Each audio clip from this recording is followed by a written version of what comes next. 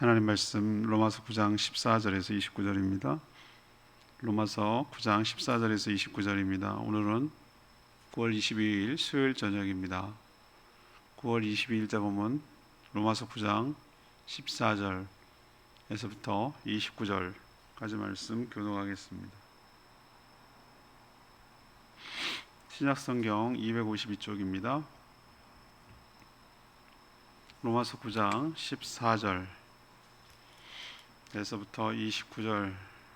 29절까지 말씀 교독합니다.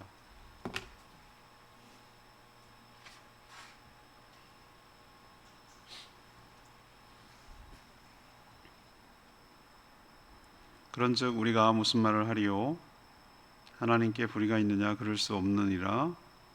모세에게 이르시되 내가 긍휼히 여길 자를 긍휼히 여기고 불쌍히 여길 자를 불쌍히 여기리라 하셨으니, 그런즉 원하는 자로 말미암음도 아니요 다른 박질하는 자로 말미암음도 아니요 오직 긍휼히 여기시는 하나님으로 말미암음이니라. 성경이 바로에게 이르시되 내가 이 일을 위하여 너를 세웠으니 곧 너로 말미암아 내 능력을 보이고 내 이름이 온 땅에 전파되게 하려 함이라 하셨으니, 그런즉 하나님께서 하고자 하시는 자를 긍휼히 여기시고 하고자 하시는 자를 완악하게 하시느니라. 혹 내가 내게 말하기를 그러면 하나님이 어찌하여 허물하시느냐? 누가 그 뜻을 대적하느냐 하리니, 이 사람아 내가 누구이기에 감히 하나님께 반문하느냐? 지음을 받은 물건이 지은 자에게 어찌 나를 이같이 만들었느냐 말하겠느냐? 토기장이가 진흙 한 덩이로 하나는 귀 쓸 그릇을 하나는 천이 쓸 것을 만들 권한이 없느냐? 만일 하나님이 그의 진노를 보이시고 그의 능력을 알게 하고자 하사 멸하기로 준비된 진노의 그릇을 오래 참으심으로 관용하시고 또한 영광 받기로 예비하신 바 긍휼의 그릇에 대하여 그 영광의 풍성함을 알게 하고자 하셨을지라도 무슨 말을 하리요? 이 그릇은 우리니 곧 유대인 중에서뿐 아니라 이방인 중에서도 부르신 자니라.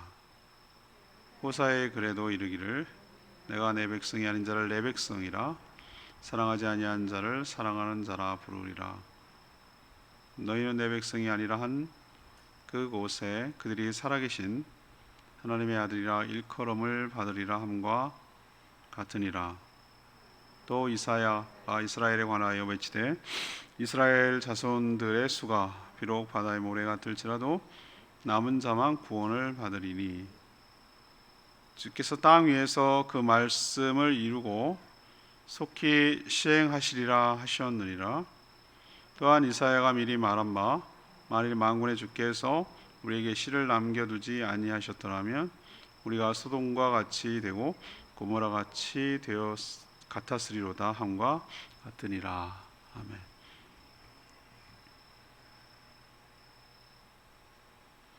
오늘 말씀은 하나님의 절대 주권이 구원에 어떻게 영향을 미치는가에 대해서 설명하고 있습니다. 하나님은 긍휼을 베풀 자에겐 긍휼을 베푸시고 완악하게 할 자에게는 완악하게 하신다는 것이죠. 진흙 한 덩이에 불과한 인간은 토기장이 하나님께 대해서 어떤 반문도 반발도 할 수가 없다는 것이에요.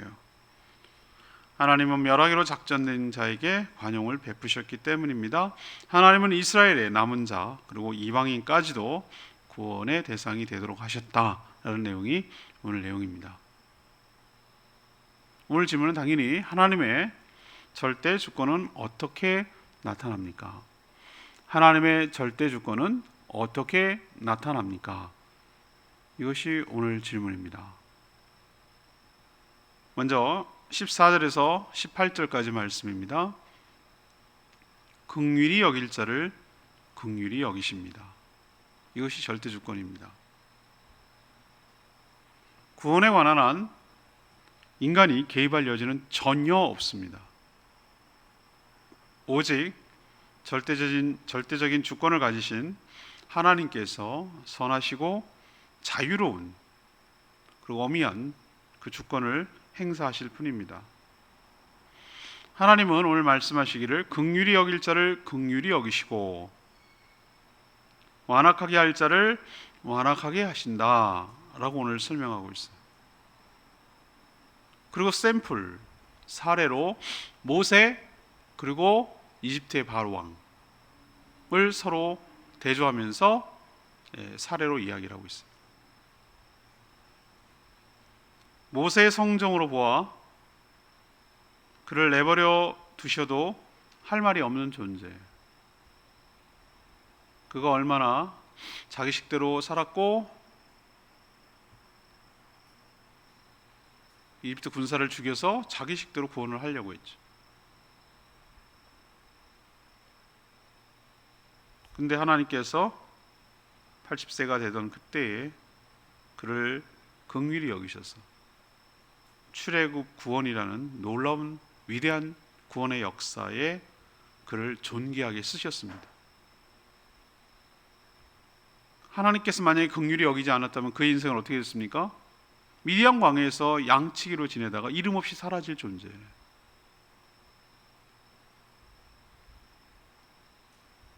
그럼 반대로 이집트 바로 왕의 완악함, 왜 10번이나 재앙을 당하면서 끝까지 그렇게 고집을 부렸을까? 정말 그 사람 지독하게 고집스러운 사람이구나 라고 우리는 생각하기 쉽죠. 근데 오늘 로마서에 뭐라고 그럽니까? 하나님께서 그를 완악하게 하셨다는 거예요. 왜 그럼 완악하게 하십니까? 한 번에 내보내게 하시지?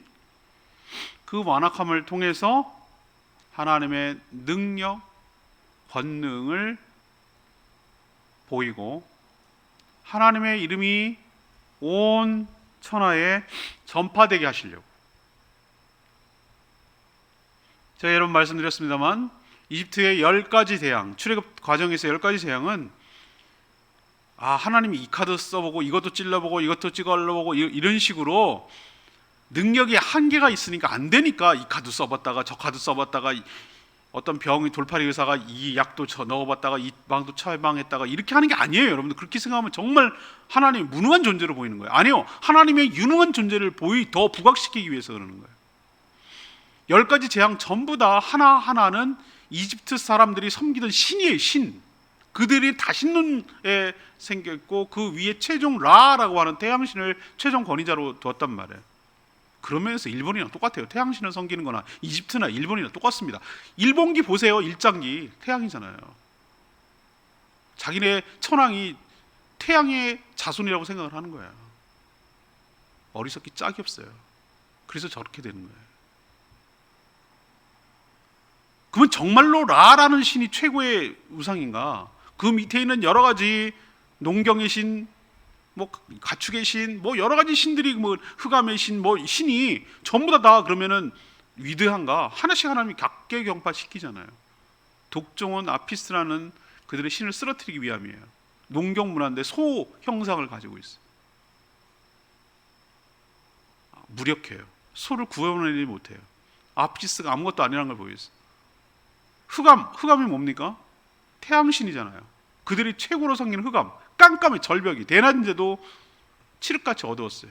아무런 능력을 보이지 못한다라는 걸 하나씩 보여주는 거예요. 그리고 최종 장자를 치는 것.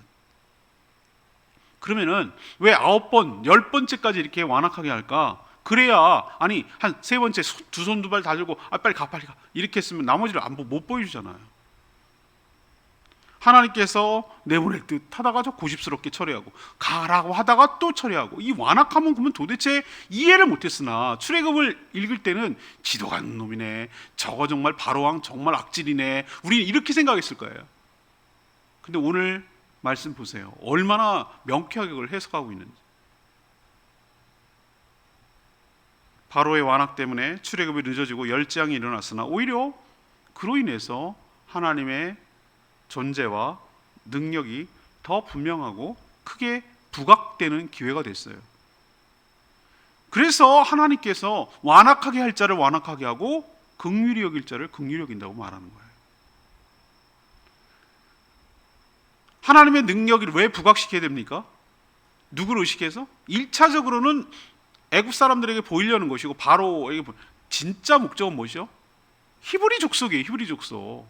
아니 어차피 이집트 백성들은 그거는 뭐 하든 상관이 없어요. 진짜로 봐야 될 사람들은 히브리 족속이에요. 앞으로 출애굽을 해서 하나님 나라 가나안 땅에 들어가야 될 사람들이 아무것도 아니네. 450년 동안 이집트 문명과 문화에 젖어 있던 사람들이 그들도 나름 섬겼을 거란 말이에요. 똑같이 섬겼어요. 그들이 나중에 광야에서 뭐라 그럽니까? 그때가 좋았어. 그때 고기 까먹어서 부추도 먹고 마늘도 먹고 뭐도 먹고 이래가면서 좋아서. 노예 주제에 뭘 먹었겠어요? 자, 음식만 갖고 문화가 있습니까? 그들이 섬기던 이집트 사람들이 섬기던 신을 안 섬겼을까요? 섬겼을 거라고 는 확신해요. 그걸 어떻게 증거합니까? 금송아지 맞는 걸로 확실히 알 수 있어요. 금송아지가 뭐죠? 아피스예요. 아피스. 농경의 신. 하나님께서 진짜 보여주고 싶었던 대상은 히브리 족속이에요. 너희들이 섬기고 알고 있던 그 신은 아무것도 아니야. 그걸 보여주기 위해서 바로가 완악해져야 돼요. 그래야 10가지 카드를 다 보여줄 수가 있고 그들이 대표적인 10가지 신이 아무것도 아닌 것을 깨닫게 하시는 거예요. 자, 그건 샘플이고, 그럼 여기서 얘기하고자 하는 건 뭐죠?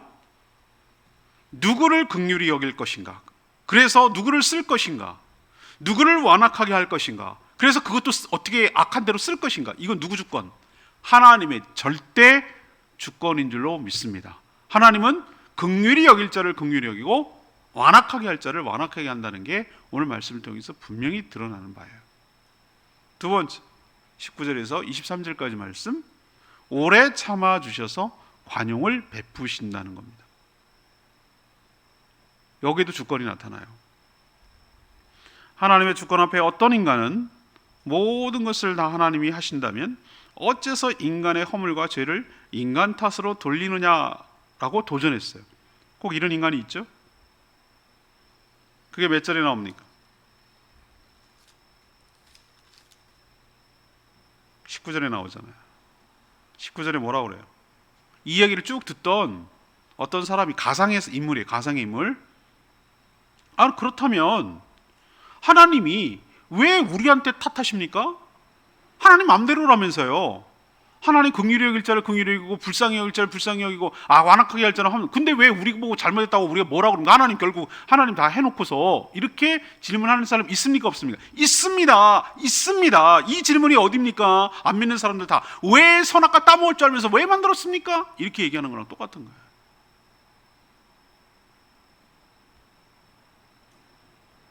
사도 바울은 이런 질문과 도전에 대해서 토기장의 비유, 이게 예레미야 18장, 우리 묵상했습니다만 예레미야 18장 1절 10절까지 나오는 이 토기장의 비유가 있어요.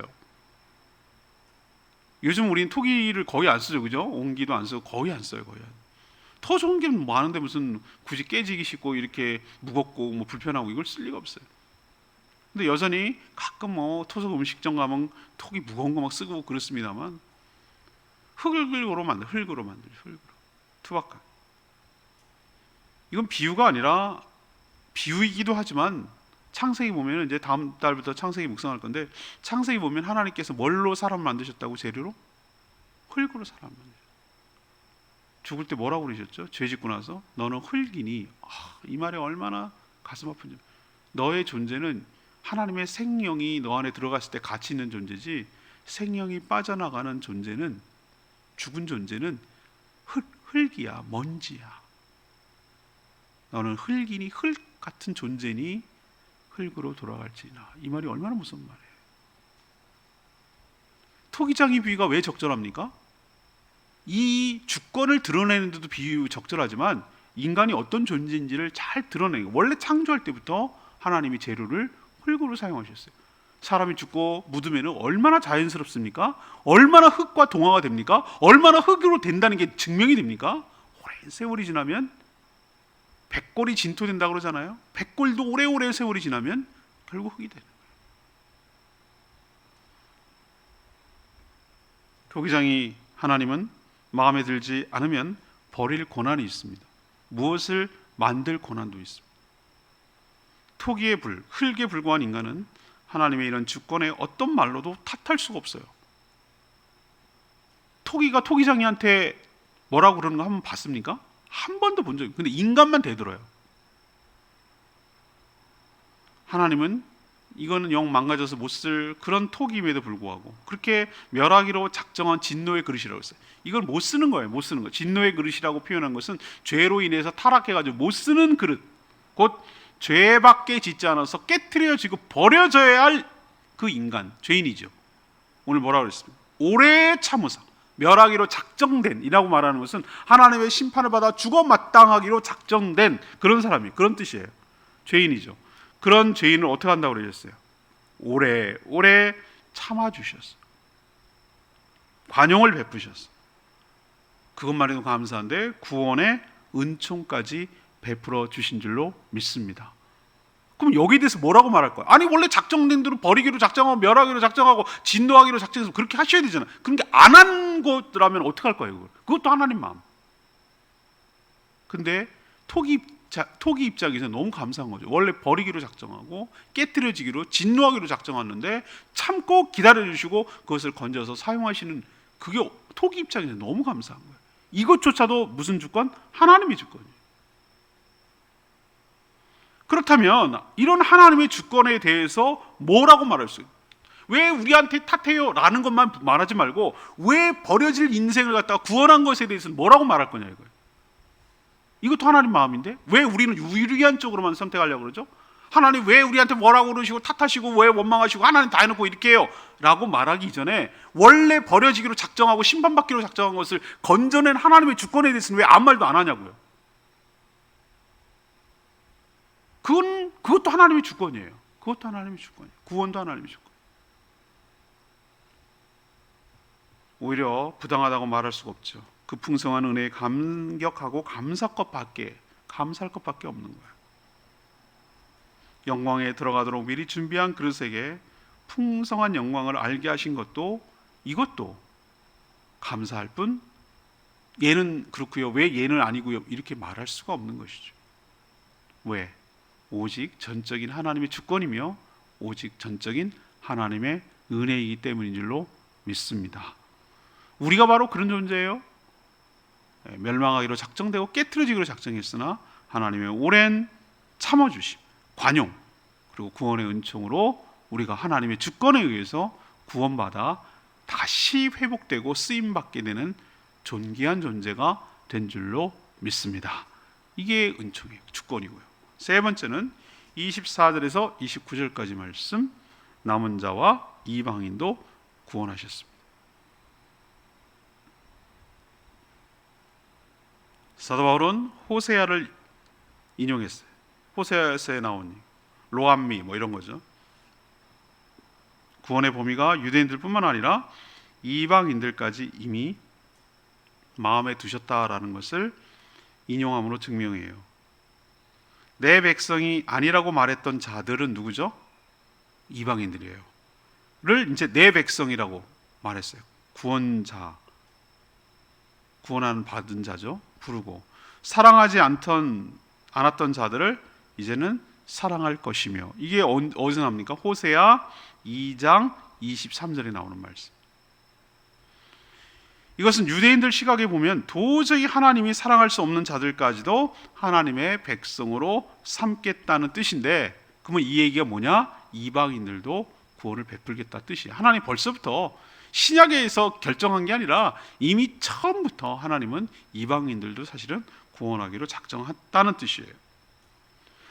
두 번째로 인용한 구절은 이사야 구약 성경 이사야를 인용합니다. 이사야를 인용해서 유대인들 가운데, 이번에 거꾸로입니다. 유대인들이 다 그냥 자동으로 구원받는 게 아니고 유대인들이 모래처럼 많을지라도 남은 자를 구원하실 계획이었다. 처음부터 다가 그냥 자동으로 구원하는 게 아니었다는 얘기, 하나님이. 그게 이사야 10장 22절 23절. 만약에 하나님께서 이스라엘 백성들을 남겨두지 않고 모두 심판하여 멸망했더라면 그 땅과 백성들은 벌써 소돔과 고모라처럼 되었을 것이다 라는 말을 이사야 1장 9절에 있는 말씀을 또 인용해서 이야기를 하고 있어요. 자, 여기서도 하나님의 주권이 작동하는 거 여러분 보이십니까? 두 가지가 작동합니다. 하나는 원래는 하나님이 사랑하지 않는 자였고 하나님의 백성이 아니었던 자였어요.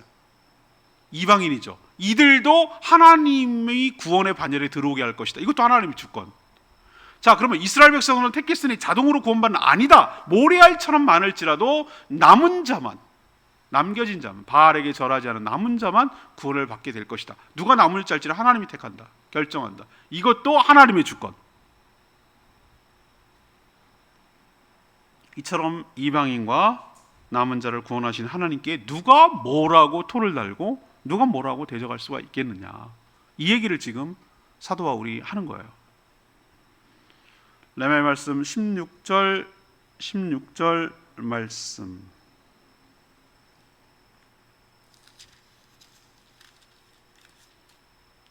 그런즉 원하는 자로 말미암음도 아니요 다른 박질하는 자로 말미암음도 아니요 오직 긍휼히 여기시는 하나님으로 말미암음이니라. 이 말씀은 구원을 간절히 원한다고 또 다른 박질이라는 건 노력한다고 이 뜻이에요. 그렇다고 되는 것이 아니라 오직 하나님의 선택적 주권에 따라 결정된다 라는 것을 보여주고요. 어떤 사람은 억울하다 말할 수 있으나 가만 생각하면 여러분이 착각하는 게 있어요. 인간들이 내버려 두면 모든 인간은 죄 가운데 살다가 죄 때문에 심판을 받아 멸망당할 처지예요. 커다란 빌딩에 불 났어요. 옥상으로 다 갔어요. 내버려 두면 어떻게 됩니까? 다 타 죽습니다. 연기로 타 죽거나 불이 타 죽고. 거기서 헬기가 와서 건졌어요. 일부 건졌어요. 일부는 늦게 와서 못 건졌어요. 누구를 먼저 태울지는 그건 주권이에요. 근데 우리는 왜 얘는 되고요, 왜 얘 나는 안 되고 쟤는 되고 맨날 이런단 말이에요. 그냥 내버려 두면은 근데 왜 우리를 죄인이라고 하고 왜 우리를 죽인다고 그러고 그래요. 내버려 두면 원래 너는 다 죽는 거야. 그 중에 몇몇을 건지는 것뿐이지. 그러니 하나님의 자비와 긍휼 때문에 일부 선택을 받은 구원을 받은 우리는 얼마나 감사를 하나님께 드려야 될까. 부당하다, 어떤 토도 달 수 없다는 사실을 오늘 주권 이야기를 통해서 분명하게 알 수 있게 될 줄로 압니다. 그런 의도 하나님의 절대 주권 앞에 온전히 순종하며 순복하며 살아가는 저희 모두 되기를 원합니다. 오늘 말씀 붙들고 기도하기 전에 492장 찬양집 492장 부르고 기도하겠습니다.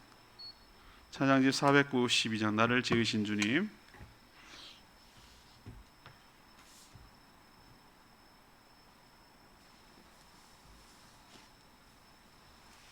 찬양집 492장입니다. 나를 지으신 주님 내 안에 계셔.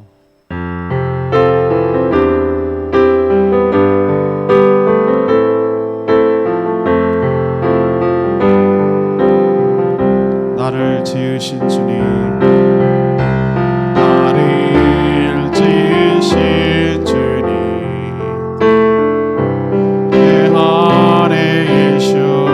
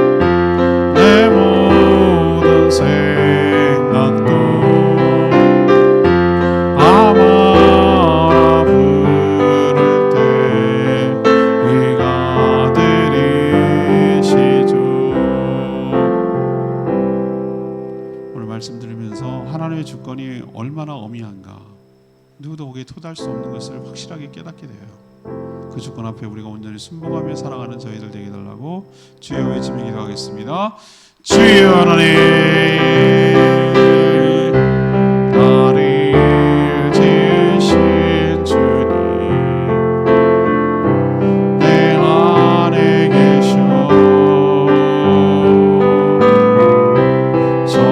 처음부터 내 삶에 그의 손에 있었죠. 내 이름 아시죠. 내 모든 생각도 내 흐르는 눈물 내가 닦아주셨죠.